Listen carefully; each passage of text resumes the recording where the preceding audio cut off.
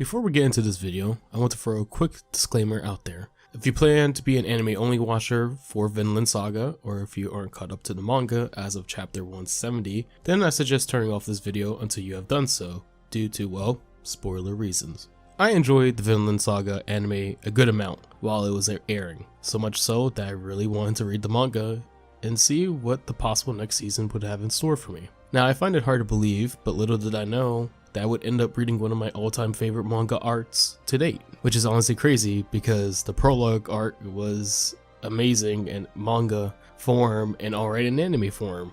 There was so much to love from the arc alone, from the great storytelling to all the amazing characters, and to find out at the very end of it all that this was just the prologue to everything.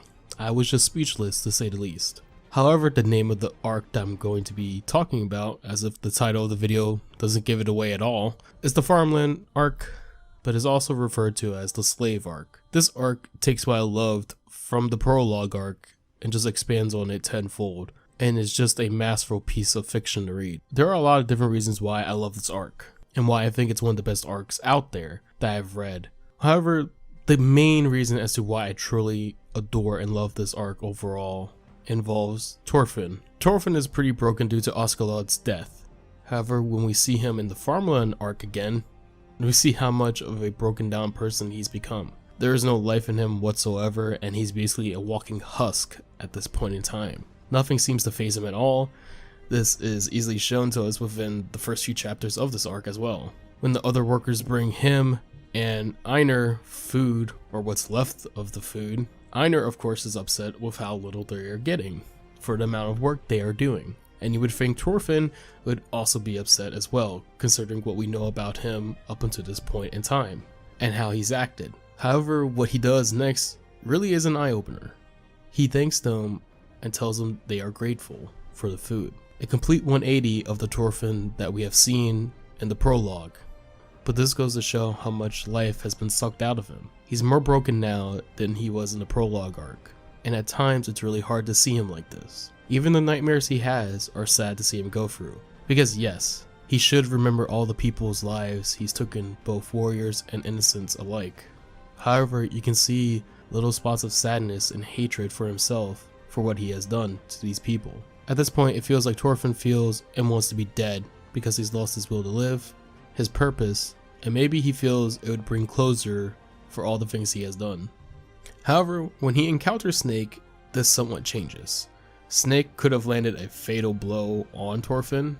However, instinct took over Thorfinn and saved his own life. There was a part of him somewhere that wanted to live as he stopped this blow from happening to him.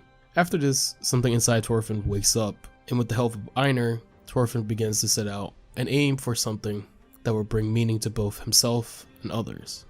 Of course, before this, Thorfinn needs to learn how to feel things again, since he believes that without hatred, he's empty. And this is something that doesn't just happen overnight, but with the input from both his father and Askeladd's ghost to become a real true warrior. Thorfinn finds another reason to live his life, and to atone for all the sins he has committed. No more violence, no more hatred in his heart. Thorfinn sets out to build a place that will have no war and no slavery. These two things have heavily impacted who Thorfinn is, and both have brought their own very few benefits, such as Thorfinn, when he was in war, he's learned how to self-defend against others, and while being a slave, it has brought him his best friend, also a brother, Einar, and it also made sure to get him humbled a bit. However, we know how very bad and horrible both these things are, for well obvious reasons. Another person could end up in the same situation as Thorfinn, but they may not be as lucky as him. Whether that's never seeing the wrongs they have done, or passing away too early in life to come to a complete circle, or do a 180 for themselves and others. There's also people who are just not built for these things, but because of a bad draw they were tossed into this predicament for no reason whatsoever and no fault of their own.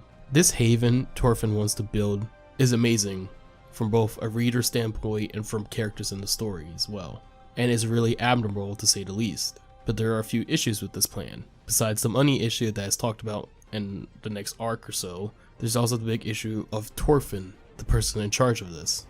Of course, this version of Thorfinn I think is more than capable of building the Sword of Haven. However, the outside world only knows of the war Thorfinn, and not this new enlightened one, who wants to do good for the world. Thorfinn, the war warrior, known by the outside world, is a sort of monster, almost who has killed and destroyed homes in his path. And it will be hard for other people to believe that he wants to atone for all the things he's done up to this point. And can you really blame them though? Thorfinn will need to show everyone, and even himself, that he is a new person, and that he will stop hatred from breeding more hatred.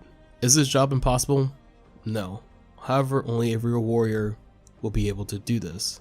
And I'm more than positive Thorfinn is capable of doing it. The reason why I love the Farmland arc, as if you couldn't tell by now, is because of the amazing growth Thorfinn goes through. He was already a pretty great character come the end of the prologue arc, but after Farmland, he's definitely up there as one of my all-time favorite characters. Also, the Farmland arc overall isn't all about Thorfinn. There are so many amazing things that happen during this arc that are just as great, such as the story, the battles. Heck, even Canute had an amazing part in this arc as well, as we see him again and how much becoming a king has changed him. The Farmland arc is an absolute masterpiece of storytelling that I'm still in love with this, and I just can't get over it. But really made it for me was just seeing Thorfinn grow up. Thorfinn was someone who wanted revenge for his father's death, and by doing so, he's destroyed a lot in his path. From separating families, destroying homes, to probably even more than just that. In turn, all he did was breed more hatred for what he was doing. But now he's coming to understand he needs to get rid of his hatred in his heart, and he needs to set out on a quest to atone for the sins he's committed by building homes for people who don't want to be a part of war or be a slave anymore. He's trying to build a haven for all walks of life. Even though his past will probably haunt him for the rest of his life, Thorfinn is out to be a true warrior. This is the end of the video, and I hope y'all enjoyed it. Be safe out there. Until the next one, have a great and safe rest of your day.